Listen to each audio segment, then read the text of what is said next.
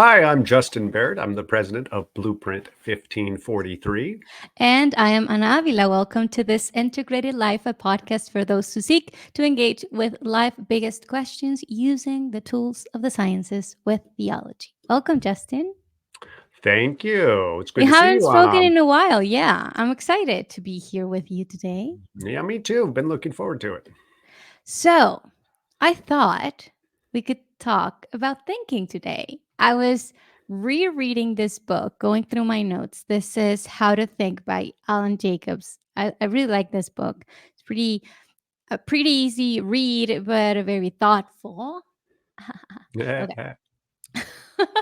And I thought it would be a good thing to talk about good practices about scientific thinking and theological inquiry, and how are they different, and how can we go about thinking about things in a proper manner and not just letting ourselves move towards one way or the other just because we hear somebody say something or other. So, what do you think about that? Oh, I don't know. You'd have to teach me how to think before I'd know how to think about that. No, I think you have a lot of experience thinking. I hope so. That is the title. That book title is one of those funny ones where you almost want to pick it up to go, why would anybody write a book about how to think? I mean, it's something we sort of naturally do. Oh, Uh, I don't feel that way. I when I saw it, I was like, yes, I need this. I'm stupid. Teach me. that's ridiculous. Uh, so it's not about how to think, it's how to think well. Uh, Yes. yes, Yes. how to That, think that is a well. good point because well, it depends on how you define thinking, I guess. He goes um he uses a little description. It's this He says, this is what thinking is: not the decision itself, but what goes into the decision, the consideration, the assessment. It's testing your own responses and weighing the available evidence. It's grasping as best as you can and with all available and relevant senses what is, and also speculating as carefully and responsibly as you can about what might be. And it's knowing when not to go at it alone and whom you should ask for help. So that's his definition for thinking. So Like yeah, just wow. having thing in your mind. Yeah. So he's got a very specific kind Yeah. of idea of thinking in mind that is, it's sort of a rarefied or specialized kind of way of thinking. Those of us who work in, say, cognitive science areas, sometimes we just go thinking, okay, that's just an umbrella term for all of these different kinds of cognitive processing that we do. So much of which we're not even paying attention to, we're not even aware of. We Yeah. may not even be able to be aware of some of it, like Hmm. how we process basic sensory information might be outside of our conscious awareness and it's inaccessible to us. But it sounds like what he's talking about is something different. It's like we're moving into our sort of conscious awareness that we can reflect on, that we can tune up, that we can inspect, not just inspect what we're thinking about, but how we're going about thinking about it, Yes. and how we're using evidence to form presumably different kinds of explicit beliefs that we might hold, or values or positions. Am I getting that right? Yes, and he does mention system 1 and system 2 thinking, but he says that he's going to focus on the system 2, the rider, um, not the elephant. Maybe you could explain that for people who are not familiar with Yeah, that. look at you throwing your jargon around there. Yeah. So sometimes those of us who work in cognitive psychology or other areas of cognitive sciences, we distinguish between system one and system two. Uh, think of system one as automatic, often kind of emotional, but not necessarily, but often has this emotional, automatic, non-reflective kind of quality to it. We're not necessarily consciously aware of what we're doing in system one. It just sort of boom, it's the stuff just kind of going on all the time. System 2 is the reflective mode. It's where we're sort of drawing back. We're consciously aware of what we're doing, how we're thinking. That slows it down and can sometimes make it more sterile, less emotional, less reactive. That's that system 2. So the kind of careful thinking we do when we're reading a book and we're trying to say, okay, how do I make sense of what this guy just said? That's system 2 kind of thinking. The when we look outside and we're trying to instantly sort of form an impression about what's out there, what's the weather like, things like that. This is probably system 1 most of the time. We don't have to sort of do a whole lot of conscious reflection on it. Occasionally, Anna referred to the rider and the elephant. That's Yeah. a Jonathan Haidt metaphor that I think took from Buddhism or something, took from the Buddha. Probably. I believe is where it comes from. But it's this idea that, and it's an idea you see even in Sigmund Freud and other folks, but this sort of idea that our passions, our emotions, our intuitions, that's all that system 1 stuff, is actually doing most of the work for us most of the time. So in that sense, it's like the elephant. It's big, it's powerful, it guides us. And system 2 is like a little person up on top of an elephant who can guide the elephant when the elephant lets you guide it, pretty much. If the elephant doesn't mind going to the right, you can tell it to go to the right. If it doesn't mind you telling it to go to the left, it'll go to the left. But if it decides it wants to go left, no matter what you want, then even if you tell it to go right, it won't. And so Jonathan Haidt is a social psychologist. He's set up that kind of an image for us to think about how system 2 kind of processing or cognition or what's sometimes called our executive functions, the how we try to guide things, has some power over system 1, but it's much more limited than we realize. Sometimes we also will even add, I've seen it where people will talk about system 0. Yeah. I was going to ask you about that. That's rarer to hear people talk about. System 0 you can think of as the kind of information processing that happens below the level of conscious awareness, and it can't be inspected. It can't be brought up to the conscious level of awareness. Like,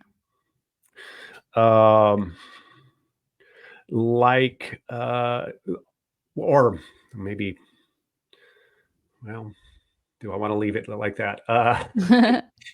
Like how it is that our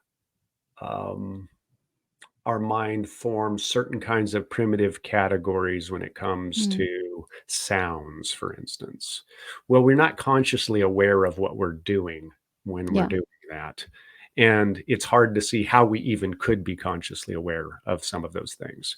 It's only through carefully constructed experiments and maybe neurophysiological kinds of measures, measuring what the brain is doing at certain things, or other kinds of clever physiological experiments that we can even get a hint at what's going on there. And that's why it's not talked about a lot, because for most of us in our lived experience, and especially when we're trying to be very practical about how do I think well, there's not a lot we can do about that sort of system 0. So yeah, it sounds like to get the it love. sounds like system 2 is about rational, conscious decision about doing something, and then system 2 is more about intuition and reaction, System 1.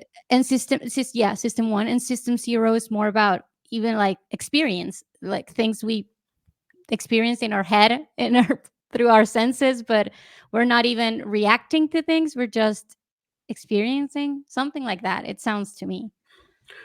Yeah, and exactly where these boundary lines are, different researchers will disagree exactly how to draw the lines. And one of the things that they always emphasize, at least the sensible people emphasize, between system 1 and system 2 is there's a certain amount of porousness here too, right? So some things that are happening in system 1 can be pulled up into system 2. And enough practice in system 2 level can train up system 1. That is good news, because Yeah, we don't which want is good news. to we don't want the elephant running the show if the elephant is going all over the That's right. place. You can train the elephant over time with lots of patience and rehearsal. You still have an elephant, but and the elephant is still powerful, more powerful than you are if you Hmm. are system 2. But even that metaphor, right? All metaphors have a limitation, and this is one of the limitations. We are the elephant. Yes. So it's kind of strange to talk about the writer, and because we're the elephant, we're the whole unit. The Yeah. elephant and the writer is us, is me, is I don't know how to say this grammatically. Well, let's focus then on system 2. Okay. And we've discussed system 2 is about conscious thought, about reasoning, about getting to conclusions, hopefully carefully considering evidence and all of that. So that's where scientific thought fits into. So how is scientific thought different from other kinds of thought we've done as humans for like thousands of years? We know science is a Yeah. relatively new thing. Um, so how is this kind of thinking different, and how is that helpful to us, and also can be, I guess, not so helpful some of the time? Yeah. No, that's a good question. What we recognize nowadays as the practice of doing science or modern sciences um, is, I mean, one way to approach it is to think it's a particular way of going about learning about things. It's a particular way of knowing. So the jargon is it's an epistemology or an epistemological system. That's the epistemology just refers to ways of knowing. But it does borrow from traditional kinds, ordinary kind of life. Of course it would. Uh, but it borrows from it in ways like we naturally, intuitively, from early childhood, use our senses to try to figure out what's going on in the world around us. Well, that's what the sciences do. They're focused on what's the stuff that I perceive in the world and how can I learn from that information. That's the bedrock of doing science, right? It's an empirical way of knowing. Empirical meaning that it's experience based. As opposed to sitting in your chair and wondering what could be the case. You go Mm. out and look at it. Well, that's Yes. what babies do. Is they look at the world around them and they try to figure it out. And they don't just look in a passive way, but they interact with it. Mm. And likewise, scientists interact with the stuff in the world. They do experiments. They don't just naturalistically observe what's in the world, but they actually try to manipulate and interact with it to see, okay, if I do this, how does it change things? Okay, now I do this, how does it change things? Well, we all do that too, to a certain extent. So that's two ways already in which this is sort of ordinary thought. And a third way is we also naturally are trying to find what you might think of as causal relationships in the world around us. From infancy, it's not just that babies are sort of watching what's going on out there or interacting with the world. They're trying to figure out what causes what. Mm. If if that ball hits that object, what happens to that object? Does the ball cause it, and in what sense does that work? Now, the causal reasoning we see in infancy might be different than what scientists have come up as the causal answers, but that search for what's causing what seems to be there from infancy. Okay, so that's just part of natural human reasoning equipment. So we've got at least three things. One is searching the world for evidence. Second is interacting with the world to get some of that evidence. And the third is to find causation. At least in those ways, the sciences are built on fairly ordinary ways of thinking. But then, as you pointed out quite rightly, this is a relatively new cultural invention, which means something special is going on there. And the special thing going on there is built on a recognition that as good as those sort of ordinary ways of thinking are, they've got some serious limitations because they're only good within certain restricted boundaries. Um, what we're not, well, I'll put it this way, what we're not good at is things like paying attention to things that didn't happen. So you might think of negative evidence. So we're really good at it as figuring out that if, I don't know, if the rains come, then what happens after the rain? We're not as good at paying attention to what happens when the rain doesn't come.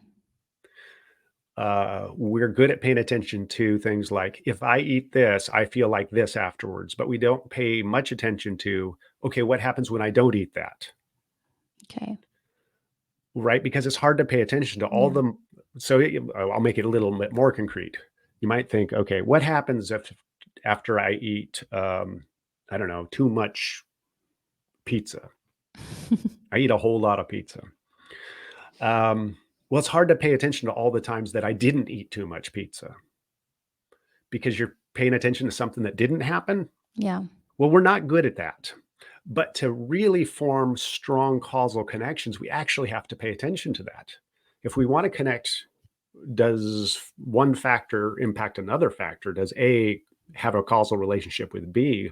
We have to pay attention to when A is present and then what happens to B. When A isn't present and what happens to B.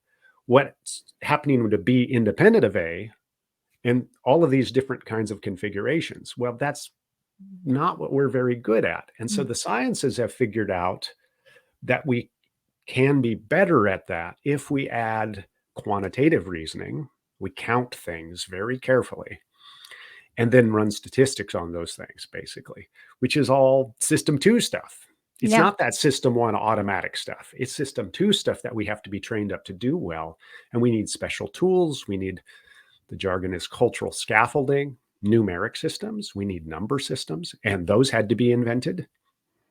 And then how to use those mathematically to figure out what's going on.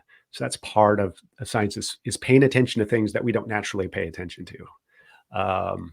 It's to resist what's sometimes called confirmation bias as well. So there's sort of two sort of errors that humans commonly fall prey to. One is what's called base rate or baseline neglect. We don't pay attention to background conditions. We pay attention to events. And then we think maybe emphasize the event much more than the background condition. That's why people might think, I don't know, shark attacks are extremely high risk. You know, I could be killed by a shark if I go to the beach, because we're not good at paying attention to, well, the probability of getting attacked by a shark is actually really, really, really low. Base rate neglect. And then the second is we, as I was suggesting, we pay attention to confirmation biases, paying attention to when we think we see a connection, we overemphasize those events or what we think is going on and evidence for what we think is going on, as opposed to evidence that runs counter to what we think is going on.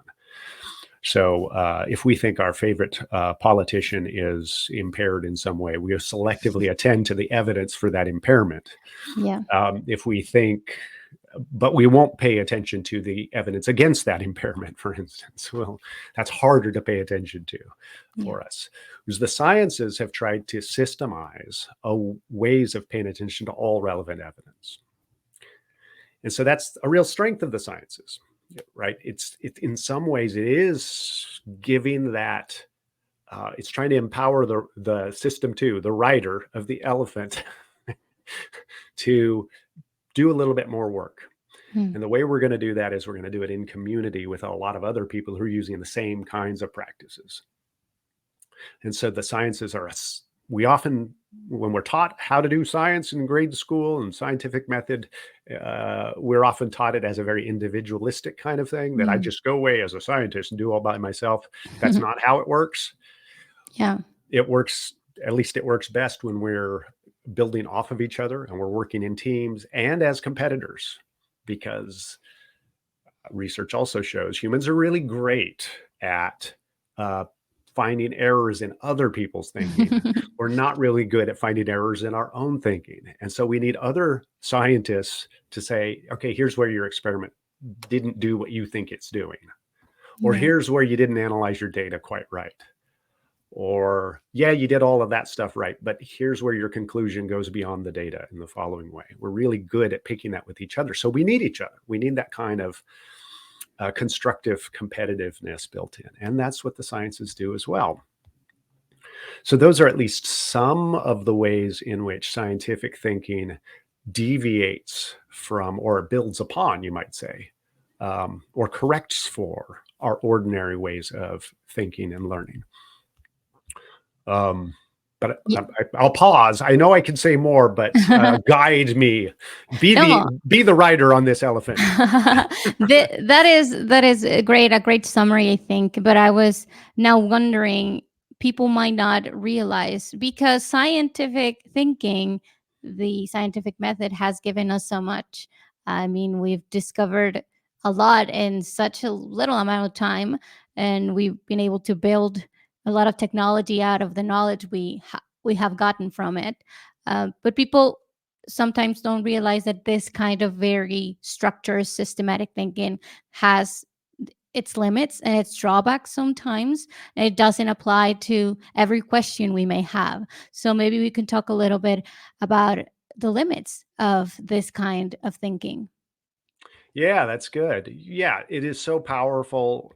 What a great sort of cultural invention the modern sciences are, that have produced so much new knowledge and then helped us build technologies off of that knowledge. And just a quick aside, I think it's really important for us to distinguish between what the sciences give us and what technological advancements there are. In our day and age, we often collapse those. We talk about science and technology as if they're one thing. But Yeah. strictly speaking, a technology is any solution to a problem that humans come up with. That's a technology. A stone bladed tool is a Mhm. technology. Mhm. Clothes are a technology. Sort of the crudest shelter or tent is a technology. How to, cook food is a technology. How to start a fire is a technology. These are all technologies we've had for a long time in human history, and they're much longer than we've had the sciences. So sciences are not technology. You can have technology without the sciences. You can have sciences that don't produce any technologies.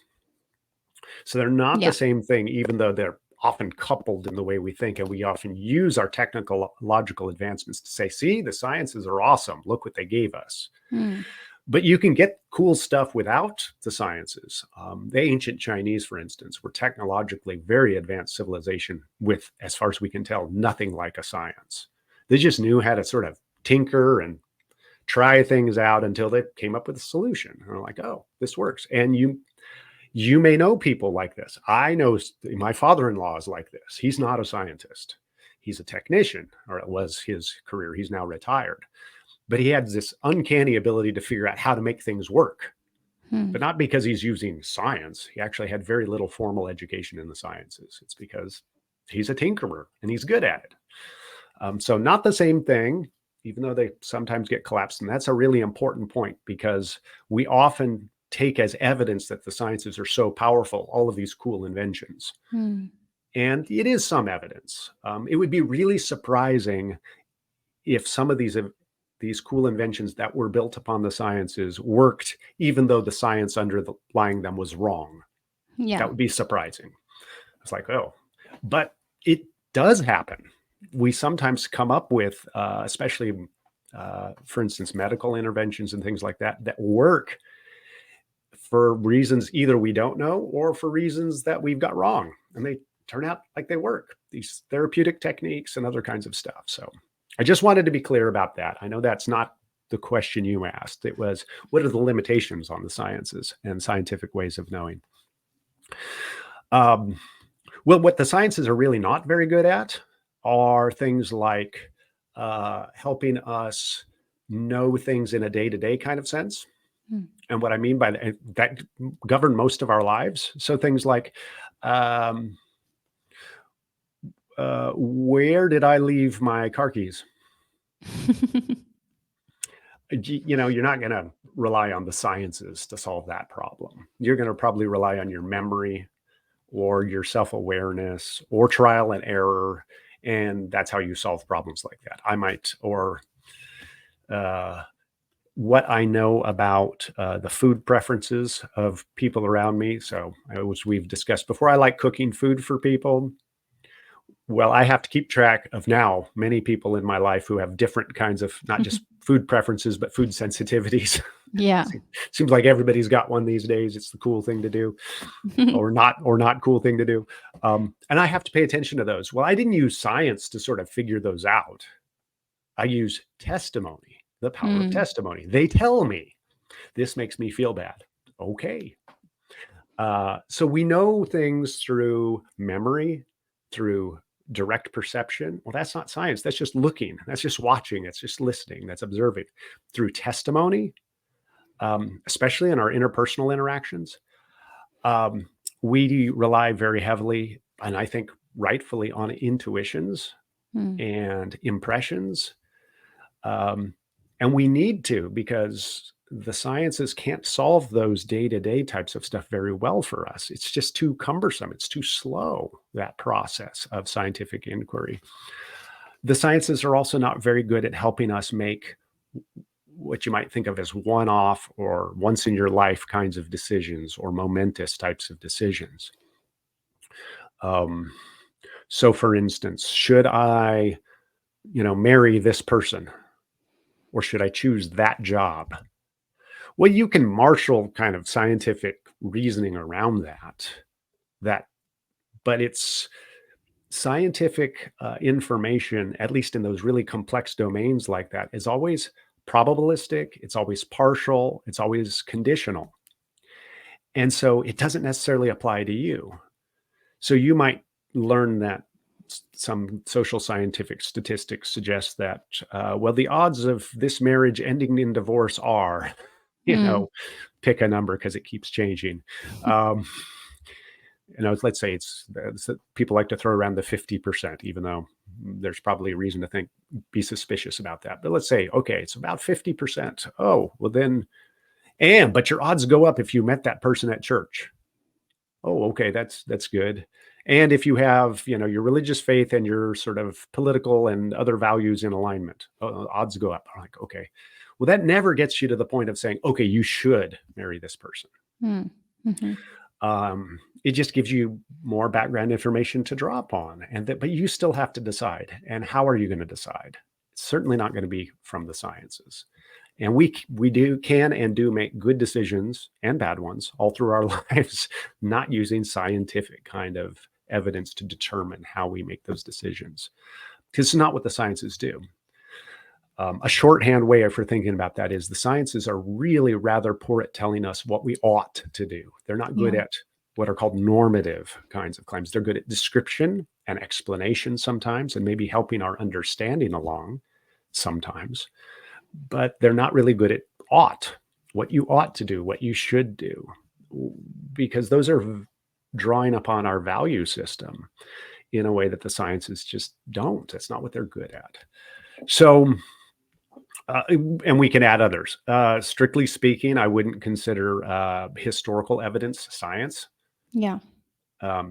There's a German word for science that would capture almost all of these, intellectual inquiry areas, including history, but that's not what we usually mean, at least in English or Spanish, by science in the modern science sense of that. So that's just to say there are historical ways of knowing things. That's not scientific. Mathematics is not, strictly speaking, science in this sense, but yet I think we have good reason to think that 2 + 2 = 4, and 4 × 3 is 12, and things like that. We can know about things analytically in the way that philosophers, especially those who study logic, will do. If all dogs are furry and Henna is a dog, then Henna is furry. Yeah. Well, that's not scientific. That's just analytic. Now I can go inspect it in this case. My example is kind of a funny one because I can go and look and see if Henna really is a furry dog. But again, that's just perception. That's not really science in a formal sense. So all this to say is we sometimes, as great as the sciences are, it's easy to overstate what they do and how much we're reliant on them. We're not. I'm sure you're raising the question in part because you've heard the sort of thing that I have. Occasionally we run into people who think the sciences are the only way you can know anything. Yeah. And you're like, and usually when I meet people like this and the relationship is right, such that I should be trying to dissuade them from such a silly idea. So often these are smart people who have just fallen into a silly idea. Usually there's sort of two ways in which I address this. One is to say, so what did you eat for breakfast? Do you know that? If you know that, did you use sciences to arrive at that conclusion? No, you didn't. And yet I don't doubt that you know that. And you don't doubt that you know that. So of course there's some things you know without science. There's one really easy example, and that one is by memory, right? We can trust our memory unless we've got good reason not to. Yeah. But the other example is, as you pointed out, that historically there was a time when there wasn't such thing as modern science. So some people will say that in about 1543, you might see the dawn of something like modern science. Of course, there's no automatic day where it starts, but I think most historians would say 1,000 years ago, there was no such thing as modern science. Mm. So are you telling me that people living 1,000 years ago knew nothing because they didn't have science to teach them things? Well, clearly that's a ridiculous claim, that they didn't know anything. It's a ridiculous claim. But that's enough to defeat the strong view that we can't know anything without science. It's just silly talk.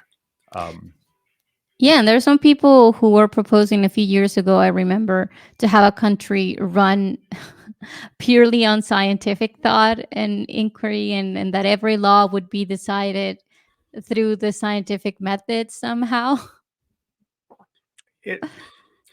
Well, as crazy as that sounds, I don't lot of think the it world sounds crazy to a lot of people. They just think, oh, science is smart. Let's trust science, and that's it. But I don't think people think about it too much.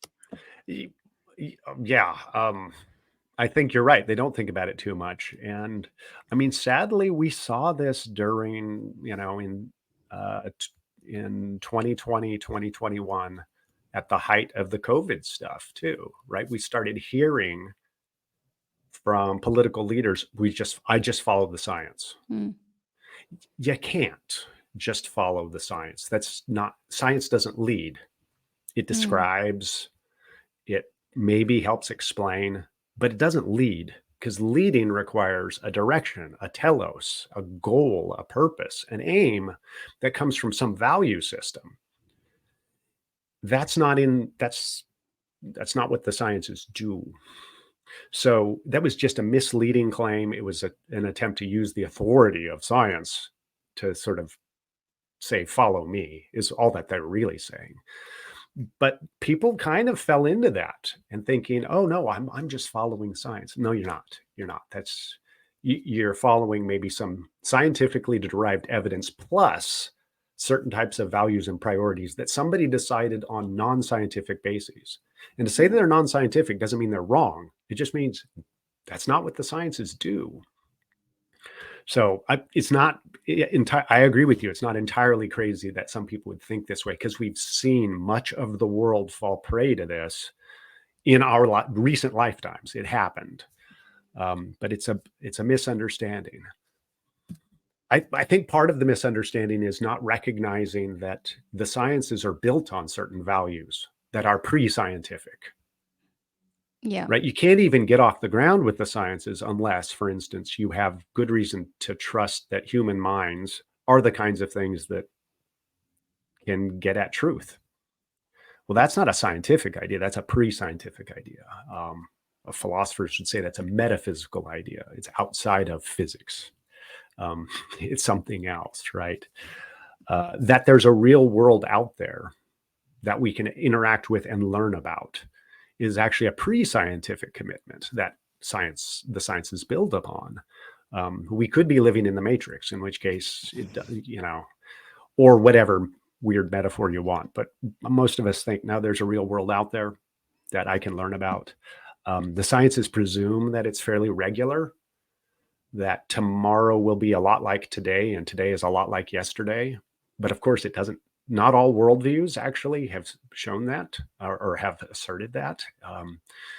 Some, especially in a lot of Eastern religious traditions and wisdom traditions, there's this idea that the world keeps reinventing itself. And so there's not that same kind of stability that you would expect that the sciences presume. And the sciences presume that in a sort of, I guess it's a non-obvious way until you point it out. And that's that if I run an experiment today, it actually still counts tomorrow. Yeah. If I can't count on that, then why bother, right? If the world is completely reinventing itself periodically, I certainly can't do this so-called historical sciences like archaeology or evolutionary biology or things like that, because the rules changed in the past, or even astronomy. Some of these where we're dealing with stuff that happened a long time ago, but we're just now getting evidence of it because of distance of, for that information, that light to get to us. For instance, in astronomy, we couldn't do that if the world is unstable, not law-like, not regular. Well, those are all assumptions that we build into the sciences to get going. Interestingly, those are theological assumptions as well as philosophical assumptions. But it sounds like, your yap sounds like you were anticipating that.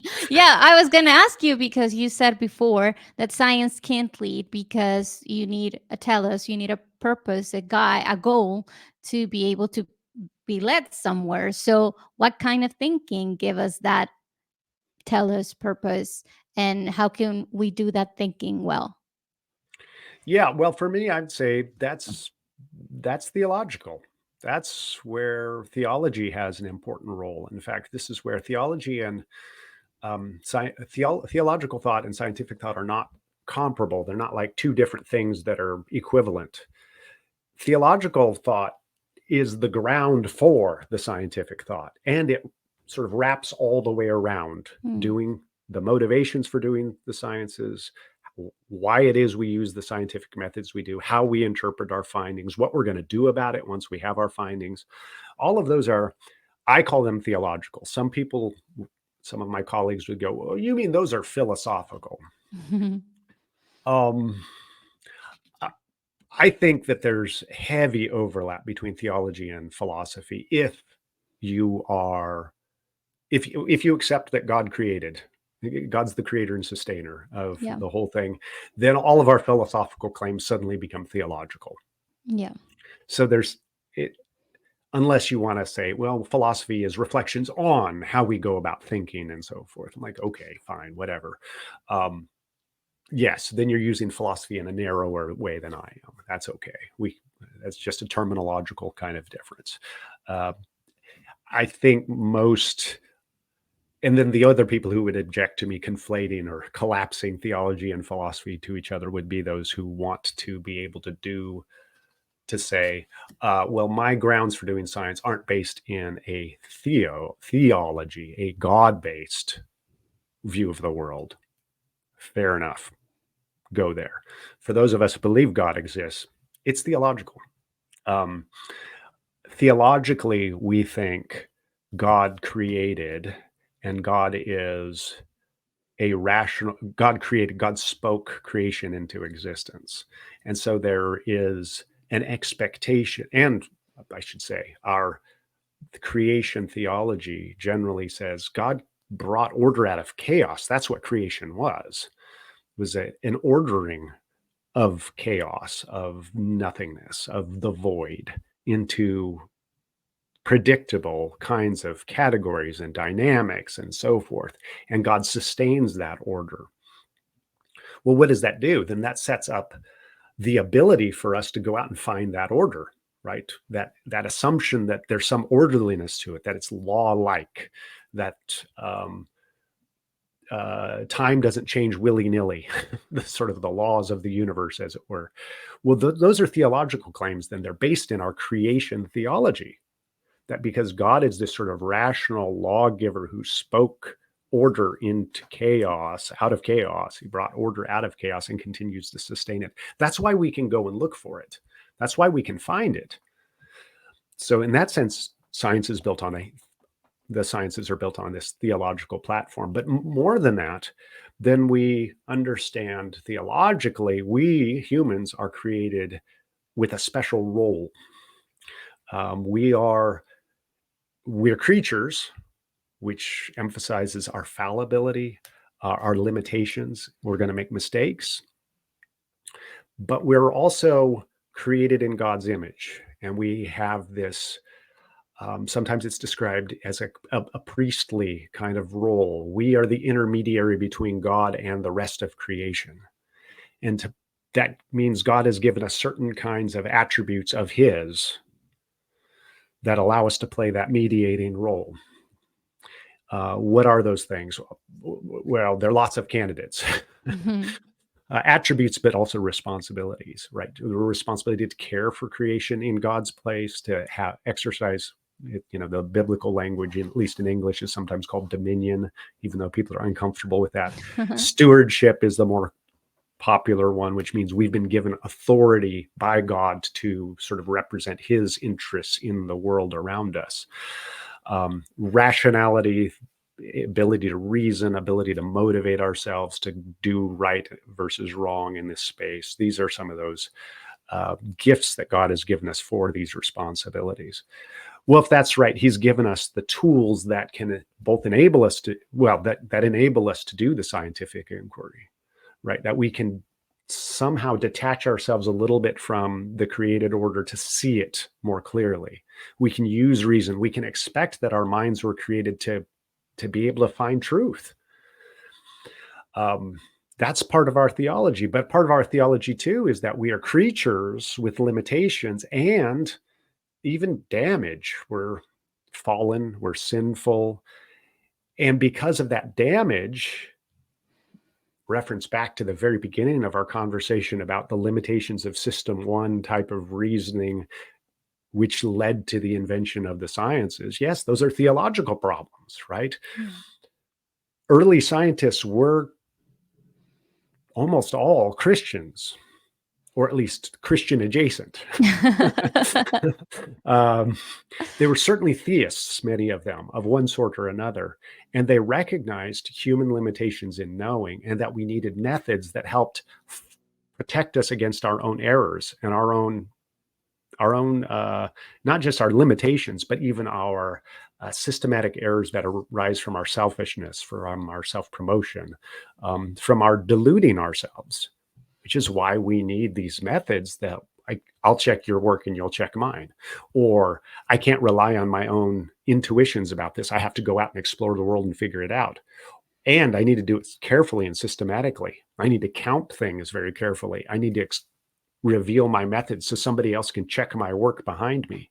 All of those are built on what you might think of as a humble realism about the world and our ability to understand it. Well, that's a theological kind of concept. So it's not an accident that we saw modern science develop out of a cultural setting that was largely Judeo-Christian.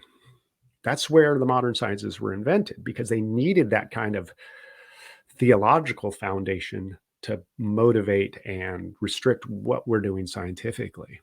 And our non-Christian friends, and certainly our non-theist friends who are engaged in the sciences today, they're kind of riding our coattails on this. They're like, yeah, I'm going to take all of those assumptions that you've got. I'm just going to pull God out of it and hope that it still holds together. And, that's up for them to decide if it does well enough for them to still feel excited about doing the sciences. Many do. But yeah. And we're grateful for them, but yep. we should fellow laborers. That's right. we should recognize that there are a lot of theological assumptions we need to make before we are in the place we need to be to actually trust science or trust the scientific process. Because if we don't have those foundations, as you said, it doesn't make any sense. Yeah. And it not only does it not make sense, it's just not practical at a certain point. If you don't have high confidence that this is a good way to sort of figure out things about the world, there are a lot less costly, a lot faster ways of figuring things out that work pretty well for us most of the time. So this is a big cultural investment as well as a personal investment to do scientific work. And so we've got to have really good reasons to be enthusiastic about it. And I think those of us who are Christians have pretty good reasons to be enthusiastic because it is sort of, it grew out of our theological assumptions and can sort of be sustained there. I don't want to get too technical. I know it's probably a conversation that we could have another time, but I sometimes I hear that those of us who are Christians or even Jewish or Muslim and want to do the sciences have to adopt what is sometimes called methodological atheism or methodological naturalism is another term for it. Both of them are trying to get at the same thing, which is that to do sciences, what you have to do is take the idea of God out of everything and sort of put God on a shelf and pretend like God doesn't exist. And now I can do science. I think I understand what people are trying to say there. And I used to think that was roughly right. It's not that you're denying that God exists. It's just that we're not going to bring God into the picture while we're doing our scientific work. I've come to see that that's actually slightly, you're kind of lying to yourself a little bit in the sense that just like what we were talking about is without God in the picture at all, we've taken out certain kinds of assumptions, the grounds for our assumptions about, say, that our minds can actually are truth aimed. We've taken out our motivation for exploring the natural world around us. Why bother if our assumptions are wrong, and why bother just in a practical sense? There are better things I could be doing with my time. If we think that God has given us special responsibility to care for the natural order as his representatives, as his stewards, then we've got more motivation to sort of understand how it works so that we can do a good job at it. But so I'm less enthusiastic than I used to be about the idea of, okay, yeah, you're right. For the sake of getting on, we can just sort of say, okay, let's pretend God doesn't exist, because you actually start eroding your philosophical or theological foundation for doing science and your motivational structure. Instead, I think that what people are trying to get at when they say we need methodological naturalism or methodological atheism is what they don't want is explanations that are like, it seems to be a relationship between A and B. God did it. I'm done. I did it. I solved the problem. Like, yeah, that's not what we mean. We're trying to figure out, how did God do it? What are the mechanisms by which God did it? Even if you think God is the sustainer and God is active all the time, we don't think God acts willy-nilly and is sort of arbitrary and capricious. That's not God. God isn't random.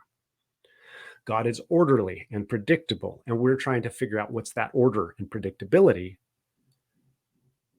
And so you might think that's a providence then, is the theological term. God providentially sustains at every moment all of these causal reactions that the physicist or the chemist or the biologist or the psychologist are studying. And so really what we're trying to adopt is a methodological, it's a terrible term, methodological providentialism. I don't think it's terrible. I like it. So not methodological naturalism, methodological providentialism, where we're denying that God is just arbitrary, but that God, by God's providence, is predictable. But God can do what God wants. I mean, but by and large, predictable, predictably sustains in a law-like fashion what we see around us, and through God's providence gives us the tools of discerning that order and seeing it and being able to, participate in that discovery process around it. So I think instead of those of us who are theists, at least, or Christ followers, to sort of say, you've got to adopt methodological naturalism, no, we need to adopt methodological providentialism. And that's good enough. So, in fact, it's better. It's not just good enough, it's better. It's more true to our theology, and I think captures more of the reality that we think is going on out there. Yeah, I agree. Because for a very long time, we've been made to believe we need to put our God and our theological beliefs outside the lab without realizing that all the foundations for the science are theological in nature. So we feel bad that we have these theological values and suppositions when actually everybody has theological or philosophical suppositions too. But suddenly, if they're Christian or Jewish or whatever in nature, they're not. I don't know what philosophy is in fashion whenever you listen to this. They're wrong and evil, and you shouldn't be mixing them with the science or whatever. Yeah, and in this day and age, especially, you'd think that with all of this emphasis on the importance of having all of these diverse viewpoints and perspectives, it's pretty shocking to think that no, no, no, you Jewish people, no, no, no, you Muslim people, no, you Roman Catholic people, no, you evangelical people, your values don't count. You Mm, actually have to shut yours down if you want to play nice with us. It's like, yeah. I'm sorry, what just happened here? That's very strange. Instead, I think, well, let's explore our values and see our values, our assumptions, our philosophy or theology, and see how it can undergird doing scientific work, how it can motivate doing scientific work. Does it inflect our work a little bit differently? If so, that's not a bad thing, because the sciences don't have to thrive on everybody coming at things with exactly the same viewpoint.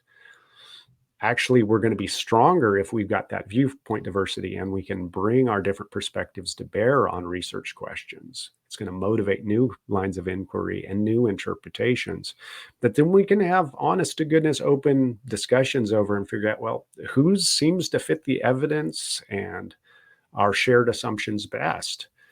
That's what we want to do. Not we're going to rule out of hand certain kinds of perspectives and certain kinds of assumptions to get going. And now you people just wait on the sidelines while, we, whoever the we are, get it all sorted. That doesn't strike me as what we want here as a global community.